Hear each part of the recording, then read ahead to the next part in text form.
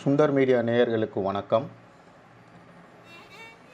இப்போ நான் என்ன வீடியோ எடுக்கிறது, Vandalur to Minjur outer ring ரோட்டில் இருக்கக்கூடிய பூந்தமல்லி மேம்பாலம்.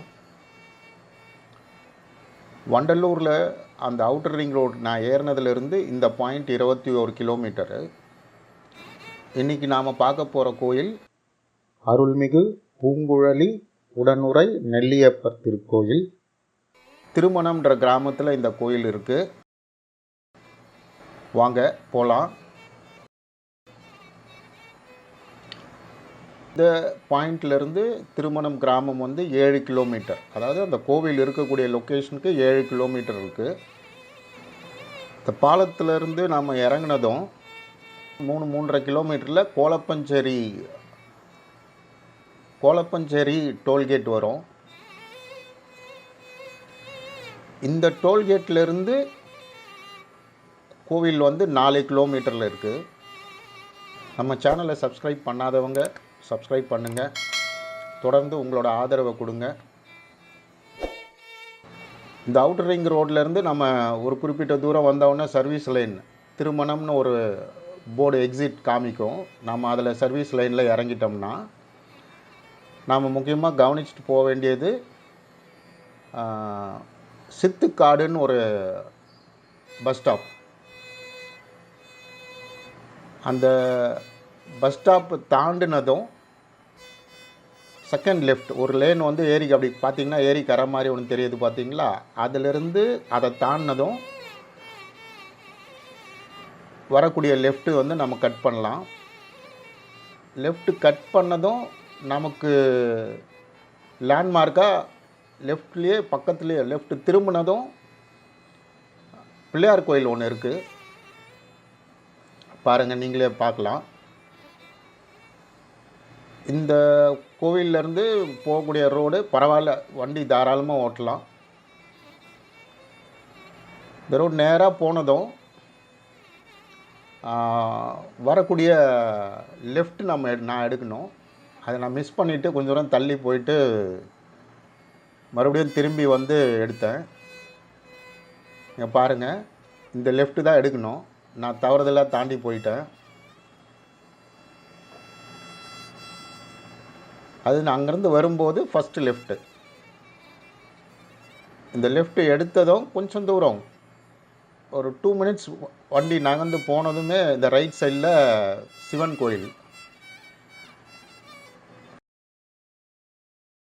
5 நிலை ராஜகோபுரத்தோட நுழைவு வாயில் அமைச்சிருக்காங்க. வாங்க உள்ளே போய் பார்க்கலாம். 13ஆம் நூற்றாண்டில் பாண்டிய மன்னன் ஜடவர்ம சுந்தர பாண்டியனால் இந்த கோயில் கட்டப்பட்டிருக்கு. படுக்கை ஜடாமுடி சித்தர் மற்றும் பிராண தீபிகா சித்தர் போன்ற சித்தர்கள்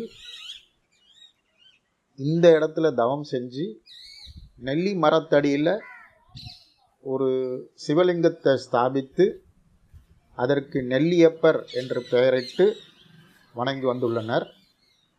இந்த இடம் முதல்ல நெல்லி காடாக தான் இருந்திருக்கு. சமஸ்கிருதத்தில் தாத்ரி என்றால் நெல்லி. இப்போ சிவனை தாத்ரீஸ்வரர் அப்படின்ற பேரில் கூப்பிடுறாங்க. கோயிலும் அந்த பேரில் தான் எல்லாருக்கும் தெரியுது.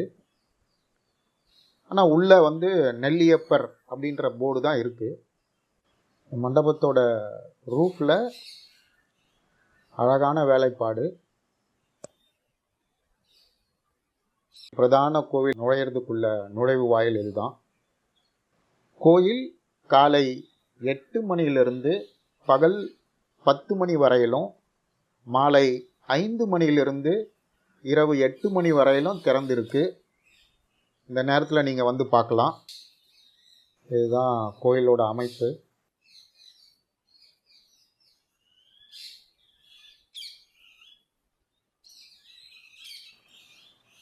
கொடிமரம், பலிபீடம், நந்தி, மூலவருக்கு நேராக அமைச்சிருக்காங்க.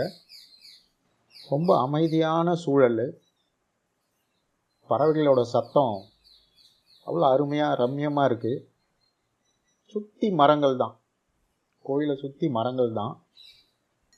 இந்த கோயிலோட முக்கியமான சிறப்பில் ஒன்று, இங்கே இருக்க நந்திக்கு மூக்கணாங்கயிறு கிடையாது. சாந்தமான நந்தி. வாங்க கிட்ட போய் பார்க்கலாம். நீங்களே கவனிக்கலாம், அதோட மூக்கணாங்கயிறு இருக்காது. பாருங்கள், வெறும் தொலை மட்டும்தான் இருக்கும். கோயிலோட தெற்கு பக்கத்தில் நாகர் சிலைகளை அமைச்சிருக்காங்க.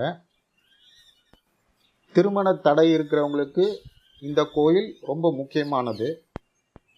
திருமண தடை உள்ளவர்கள் நெல்லியப்பருக்கு நெல்லிச்சாறு, நெல்லிப்பொடி மற்றும் பாலபிஷேகம் செய்து பூங்குழலி அம்பாளுக்கு பச்சை நிற வஸ்திரம், வளையல் அணிவித்து அர்ச்சனை செய்து நெய் தீபம் ஏற்றி வழிபட்டு பலருக்கு திருமணம் கைகூடி வந்திருக்கு.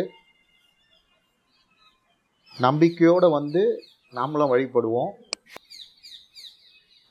குழந்தை இல்லாதவங்க அம்பாளையும் சிவனையும் வழிபட்டு குழந்தை பேர் கிடைச்சவங்க நிறைய பேருன்னு இங்கே இருக்கிறவங்க சொல்கிறாங்க.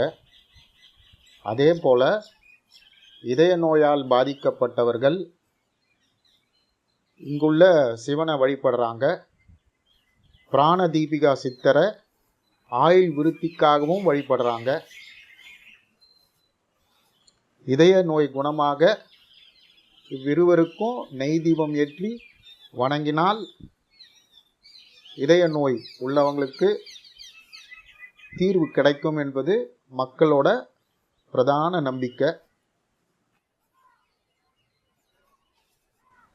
இந்த கோயிலில் குபேரன் தவம் செய்ததாகவும் ஆதிசங்கரர் இங்கு வந்து எம்பெருமானை வழிபட்டதாகவும் நம்பப்படுகிறது.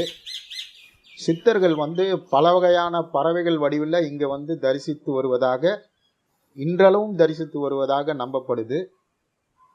நீங்கள் இங்கே வந்தாலே நிறைய பறவைகளோட சத்தம் தான் நிறைய கேட்கலாம், அதிகமாக கேட்கலாம். இந்த சிவன் கோயிலில் நவகிரக சன்னதி கிடையாது. இந்த கோயில் சுவாதி நட்சத்திரக்காரர்களுக்கான பரிகார ஸ்தலம். சுவாதி நட்சத்திரத்தில் பிறந்தவங்க இங்கு வந்து வழிபடுவதால் அவர்களுக்கு ஏற்படும் தோஷங்கள் நீங்கும் என்று நம்பிக்கை மக்களிடத்தில் இருக்குது. கோயிலை சுற்றி வந்தாச்சு. சரி, வாங்க கோயிலுக்குள்ளே போய் பார்க்கலாம். நம்ம சேனலை சப்ஸ்கிரைப் பண்ணாதவங்க சப்ஸ்கிரைப் பண்ணுங்கள். உங்களோட ஆதரவை கொடுங்க. இந்த வீடியோ உங்களுக்கு பிடிச்சிருக்குன்னு நம்புகிறேன், பயனுள்ளதாக இருக்கணும்னு நம்புகிறேன். மற்றவங்களுக்கும் ஷேர் செய்யுங்க, அவங்களும் பயன்பெறட்டும். மூலவர் லிங்க திருமேனியாக கிழக்கு நோக்கி காட்சியளிக்கிறார். தாயார் தெற்கு நோக்கி நின்ற கோலத்தில் அருள்பாலிக்கிறாள். தட்சிணாமூர்த்தி விநாயகர், வள்ளி தேவயானையுடன் முருகன், சரஸ்வதி லக்ஷ்மி, ஆதிசங்கரர், நடராஜர், இவங்கெல்லாம் உள் பிரகாரத்தில் சுற்றி வரும்போது நாம் பார்க்கக்கூடியவங்க. பாருங்கள், சிவன் கோயிலோட கோபுரம் அது. இந்த குளம் வந்து ரெண்டு கோவிலுக்கும், பெருமாள் கோயிலுக்கும் சிவன் கோயிலுக்கும் சேர்ந்த ஒரே குளம், பெரிய குளம். இந்த குளத்தை அப்படியே சுற்றி வரக்கூடிய ரோட்டில் வந்தோம்னா பெருமாள் கோயில் கோபுரம் தெரியும். பாருங்கள், ஒயிட் கலரில் அந்த சூரிய வெளிச்சம் ஜாஸ்தியாக இருக்கிறதுனால கிளியராக தெரியல. இதுதான் கோபுரம். பெருமாள் கோயிலோட லிங்க், லொக்கேஷன் டிஸ்கிரிப்ஷனில் கொடுத்துருக்கேன், பாருங்கள். சிறப்புகள் வாய்ந்த இந்த கோயிலுக்கு நீங்களும் வாங்க. இறைவன் அருள் உங்களுக்கும் கிடைக்கட்டும். நன்றி. வாழ்க வளர்க.